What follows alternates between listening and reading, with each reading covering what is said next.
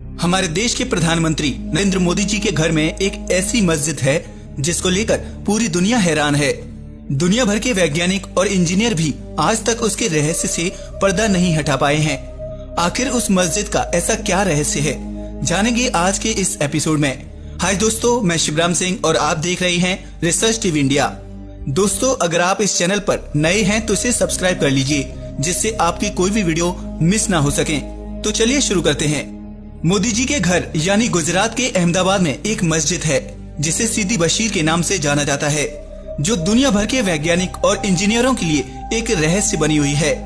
मस्जिद ऐसी कि वो इस तरह से हिलती है कि जैसे कोई कागज की बनी हो। कोई भी इंसान इसे हिला सकता है। लोग आते हैं और मस्जिद की मीनार को हिलाते हैं। ऐसे करते ही मस्जिद की दूसरी मीनार खुद ब खुद हिलने लगती है। इसलिए सीदी बशीर मस्जिद को झूलती मीनार के नाम से भी जाना जाता है।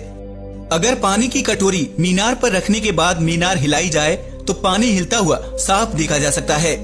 जब सालों बाद इस बात का पता चला तो शुरुआत में तो ऐसे लगा कि जैसे मस्जिद गिरने वाली है।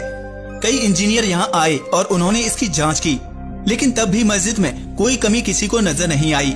यहाँ तक कि मीनार की मजबूती को नापा गया तो मजबूती भी पूरी थी।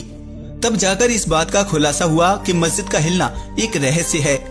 आपको जानकर आश्चर्य होगा कि कई बार भूकंप के झटकों से यहाँ की जमीन हिली, लेकिन ये मीनारें जस की तस खड़ी रहीं।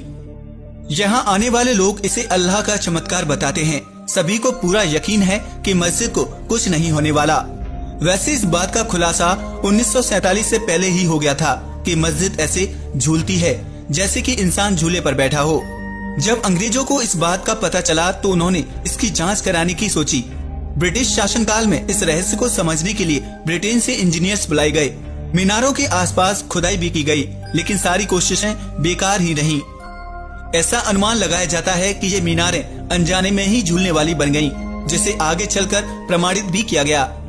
एक रिसर्च के अनुसार इन पत्थरों में फेल्डस्पार की मात्रा ज्यादा है, जो कई सालों तक हुई रासायनिक अभिक्रिया का नतीजा है। ये मीनार बलुआ पत्थर से बनी है और इन पत्थरों में ऐसा गुण पैदा हो गया। रिसर्च के अनुसार पाया गया कि ये मीनारें लचकदार पत्थरों से बनाई गई हैं, जो सबसे पहले राजस्थान में पाया गया था। इस रिपोर्ट में लिखा गया है कि इस प्रकार के पत्थर कुदरती तौर पर फेल्डस्पार के घुल जाने से बन जाते हैं। फेल्डस्पार एक ऐसा पदार्थ है जो हल्के से हल्के एसिड में घुल जाता है। जब रासायनिक प्रक्रिया में कुछ धातुओं का भस्म पानी के संपर्क में आता है तो लवण और एसिड पैदा करते हैं। यही एसिड फेल्डस्पार को घोलने के लिए पर्याप्त है। इस तरह से बलुआ पत्थरों के कणों के बीच में खाली जगह पैदा हो जाती है।